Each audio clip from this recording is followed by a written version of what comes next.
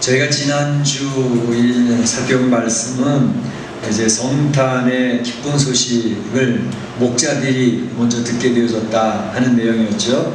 그래서 그 목자들은 천하게 보였던 목자들이었지만 세상 사람들의 평가에 연연하지 않고 그저 양떼 생명을 지킨다는 자부심, 그리고 또 생명을 지키는 사명의식, 이러한 청지기 의식을 가지고 자기의 삶을 열심히 성실하게 감당할 때에 하나님께서는 그 목자들을 선택하셔서 그들에게 제일 먼저 예수 그리스도의 탄생 소식을 알려주셨다 하는 내용을 말씀을 드렸습니다. 그러면서 그들이 들었던 소식은 큰 기쁨의 소식이었고 좋은 소식이라고 우리 설명을 하고 있는데, 그 목자들이 정말 큰 기쁨의 소식, 좋은 소식이라는 것은 우리들에게도 그렇게 적용이 되는지, 그래서 성탄주의를 맞이하기 위해서 한 주간 동안에 정말로 아기 예수로 오신 예수 그리스도의 이 땅에 오신 성육신하신 그 소식이 나에게 정말 큰 기쁨의 소식이고 좋은 소식인지 한번 묵상하면서 한 주간을 보내십시오 라고 제가 요청을 드렸는데 어떻게 묵상을 해보셨는지 모르겠습니다. 정말로 예수님이 이 땅에 오신 게 나에게 큰 기쁨의 소식이 맞나요? 정말로 나에게 좋은 소식이 맞던가요? 아멘.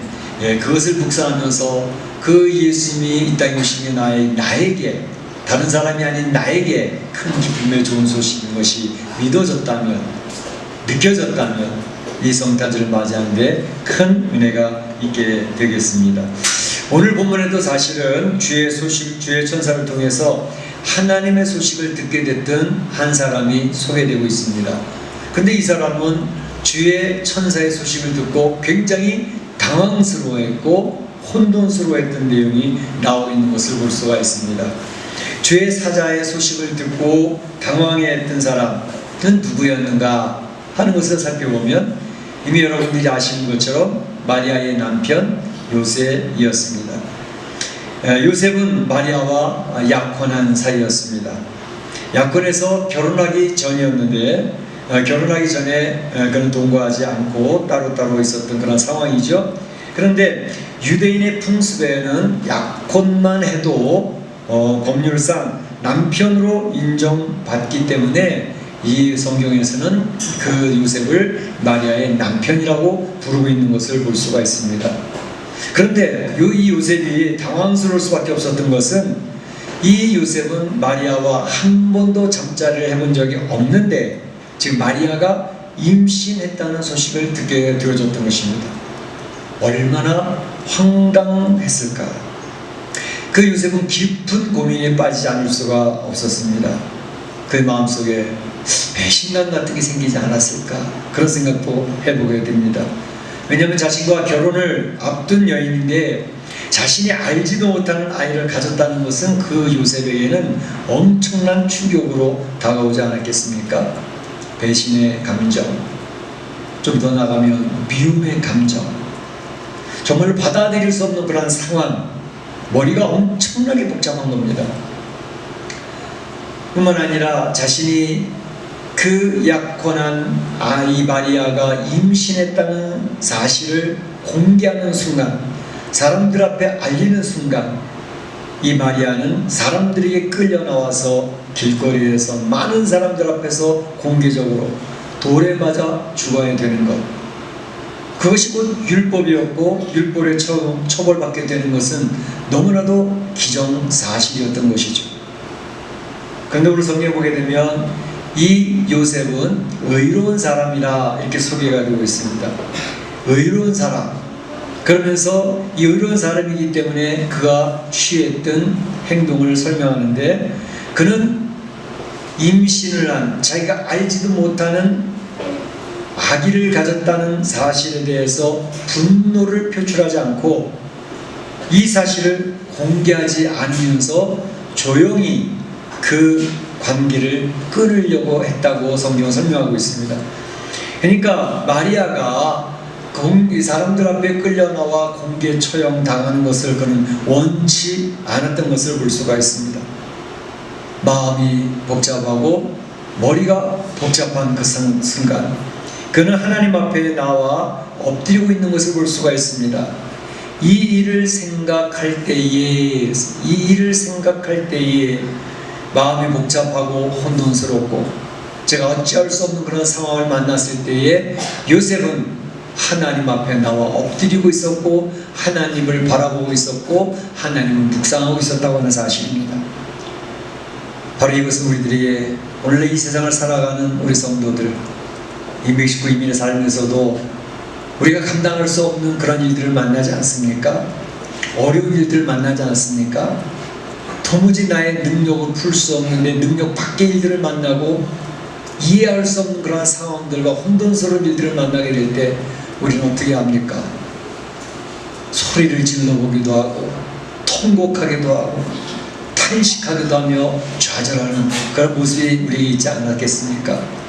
그런데 바로 요셉이 우리에게 그러할 때에 어떻게 했는가 하는 것을 잘 보여주고 있습니다. 우리가 이 세상 살면서 감당할 수 없는 혼돈스럽고 힘들고 내 능력 밖의 일들을 만나게 될 때에 요셉은 하나님 앞에 가서 엎드렸다는 사실입니다. 우리 사랑하는 성도들이 이 요셉에게서 바로 우리가 힘든 인생의 삶을 살아갈 때 어려우면 주님 앞에 가서 엎드리자 하는 것입니다. 하나님을 바라보자 하는 것입니다. 그 안에 하나님의 해결책이 있는 줄로 믿습니다. 그 해결책을 받으실 수 있기를 바랍니다. 두 번째로 생각해 보는 것은 하나님 앞에 나와 엎드려 있는 요셉에게 하나님께서 무엇이라 말씀하셨는가 하는 것입니다. 하나님의 주의 천사를 통해서 요셉에게 무엇을 알려주셨는가. 오늘 성경에 보게 되면 이 일을 생각할 때에 그랬습니다. 20절에 이 일을 생각할 때에 주의 사자가 현몽하여 이르되 다윗의 자손 요셉아 내 아내 마리아 데려오기를 무서워 말라 했어요. 다윗의 자손아 내 아내 마리아 데려오기를 무서워 말라 이렇게 이야기를 하고 있는 것을 볼 수 있습니다. 주의 사자는 마리아가 임신하게 된 내용을 그 자초지종을 자세하게 요셉에게 설명하고 있는 내용이 오늘 본문에 나오고 있는 내용입니다. 첫째는 마리아의 몸에 잉태된 아기, 그 아기는 다른 남자의 아기가 아니란다. 그 아기는 바로 성령으로 인하여 잉태된 아기란다 라고 하는 사실을 설명하고 계십니다. 두 번째로는 이 아기가 태어나면 이 아기에게 이름을 예수라 하라, 이름을 예수라 하라 하고 그의 이름이 이미 지어져 있다 라고 이야기를 합니다.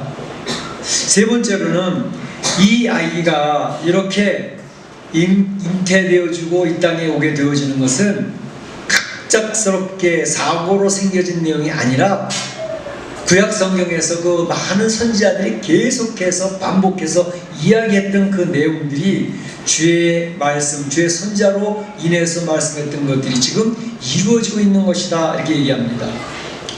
이사야서 7장 14절에 이사야가 아하스 왕에게 그 이야기를 하고 있었죠. 보라, 처녀가 잉태하여 아들을 낳을 것이요 그의 이름을 임마누엘이라 하리라 그랬습니다.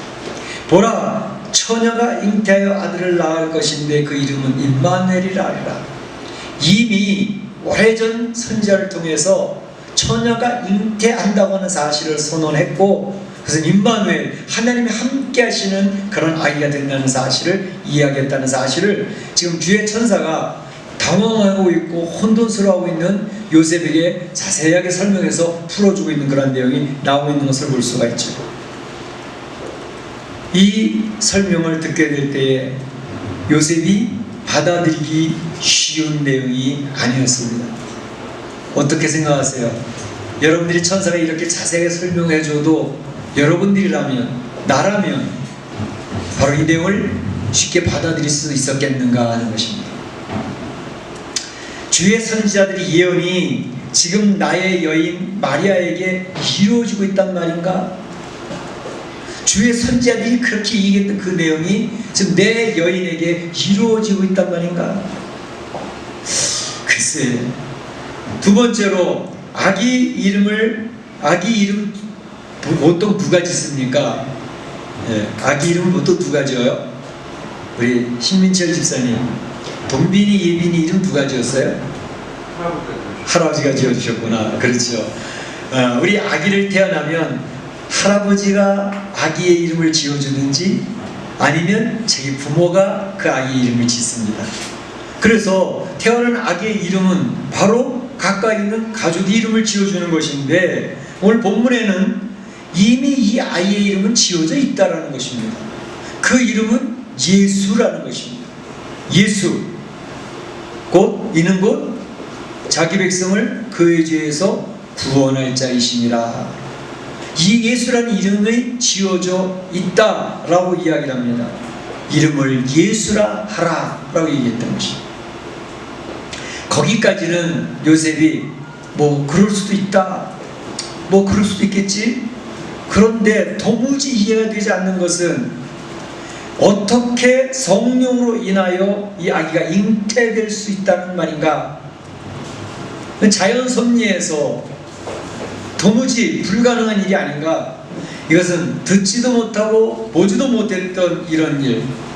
여기 젊은 친구들은 얘기하잖아요. 듣보잡이라고. 듣지도 못했고 보지도 못했고 이런 일들을 어떻게 내가 받아들일 수 있을까? 머리가 복잡해지지 않을 수가 없었습니다.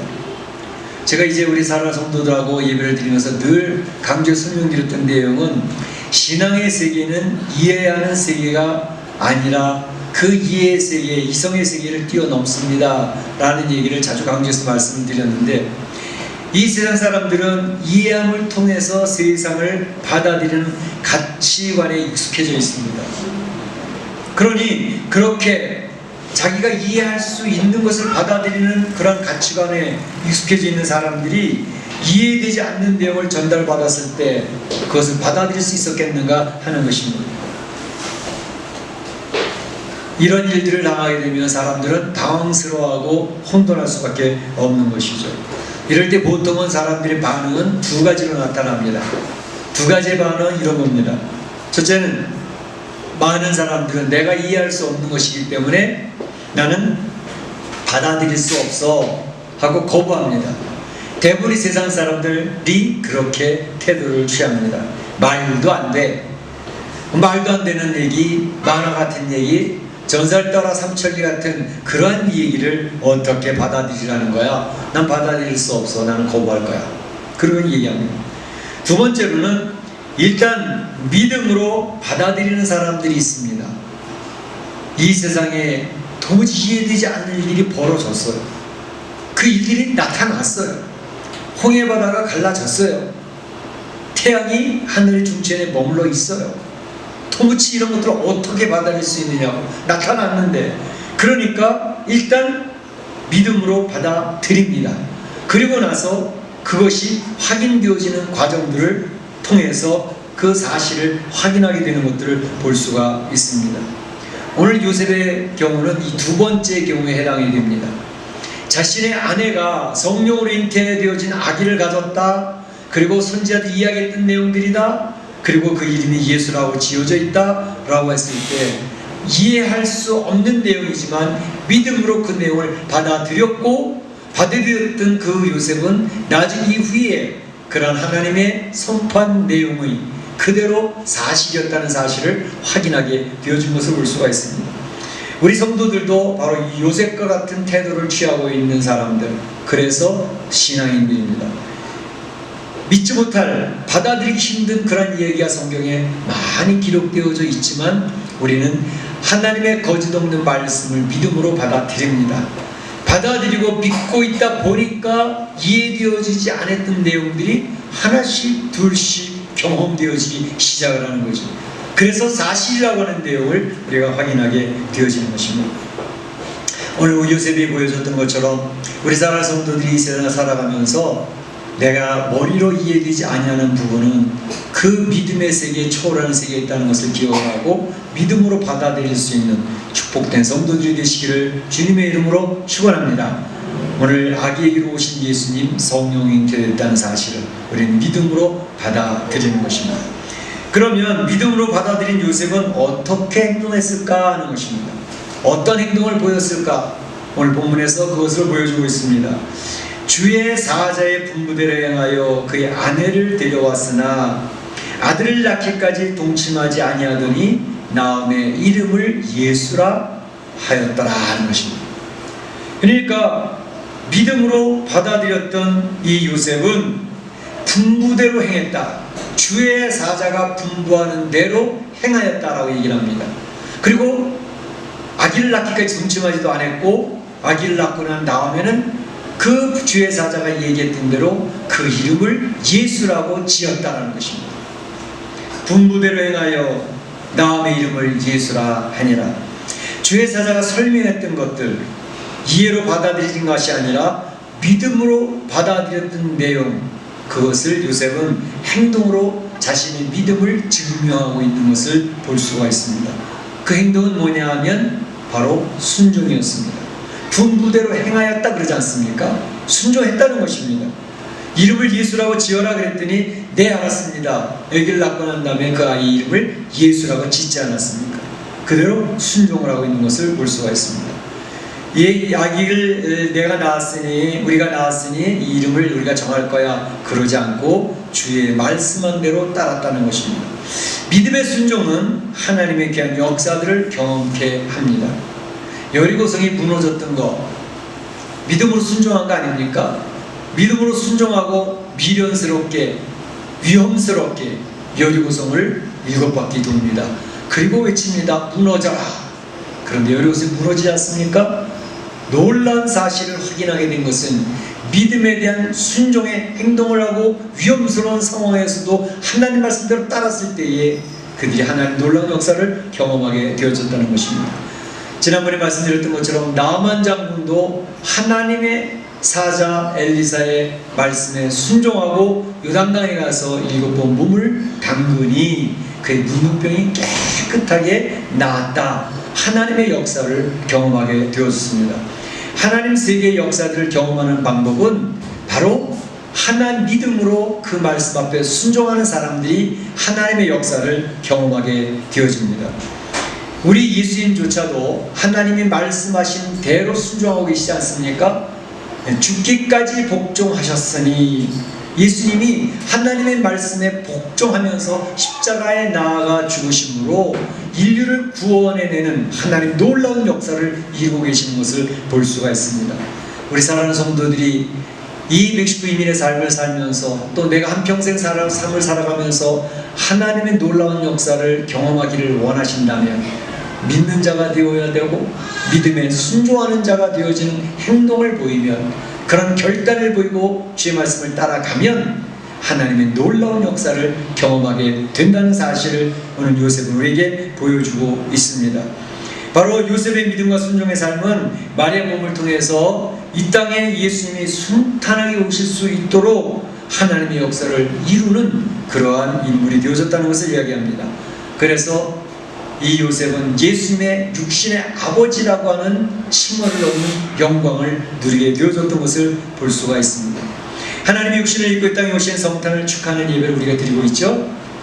이 예배를 드리면서 우리가 무엇을 생각해 볼 것인가? 바로 요셉을 한번 생각해 보는 겁니다. 이해될 수 없는 내용들이 벌어졌어요.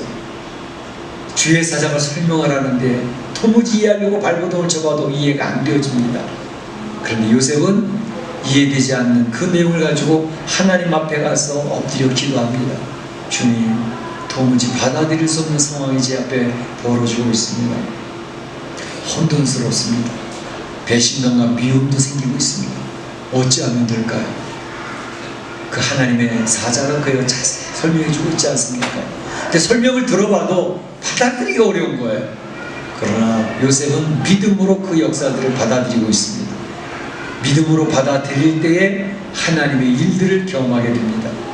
그는 믿음으로 고백할 뿐만 아니라 하나님의 말씀에 순종했습니다. 분부대로 행하여 이름을 예수라 하니라.